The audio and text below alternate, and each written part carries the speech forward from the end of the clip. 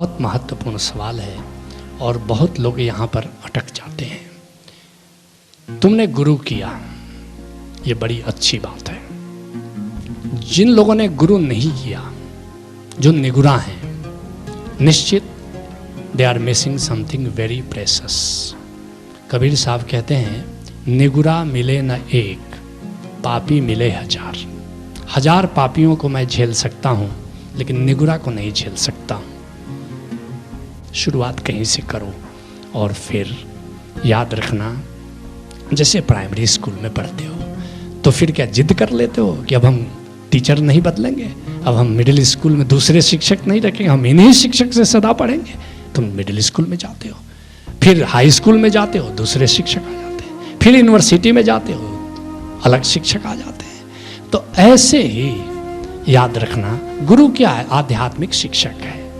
तो इसलिए जहाँ ज्ञान तुमको जिससे जितना मिला उससे ले लो और उससे टूटो नहीं।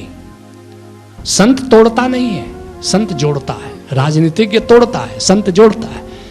किसी दूसरे संत के पास जाने का अर्थ पहले संत से टूटना नहीं है।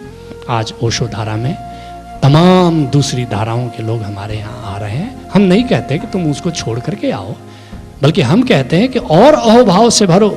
अगर तुम पहले गुरु से नहीं जुड़ते तो तुम्हें बोध ही पैदा नहीं होता कि इससे आगे भी कहीं जाना है। बल्कि खुद जब ओशो धारा में लोग आ जाते हैं और हमारे लोग स्वीकार करते हैं, जो आते हैं, कि अभी ओशो धारा अध्यात्म की यूनिवर्सिटी है, जहाँ उच्चतम ब्रह्म की जो शिक्षा जो रामरस की होती है यहाँ दी जाती है।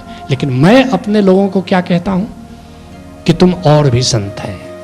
भारतवर्ष की धरती संतों से कभी खाली नहीं रही।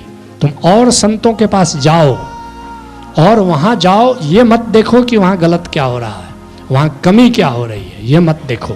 तुम जा करके यह देखो कि वहाँ अच्छा क्या हो रहा है। तो इसलिए इस अपराध भाव में तुम मत रहो। सारी धरती अपनी है, सारे संत अपने हैं। हवाओं का कोई देश नहीं होता, किरणों का कोई गांव नहीं होता। ऐसे ही एक अध्यात्म का जो खोजी है वो सब जगह जाने के लिए स्वतंत्र है।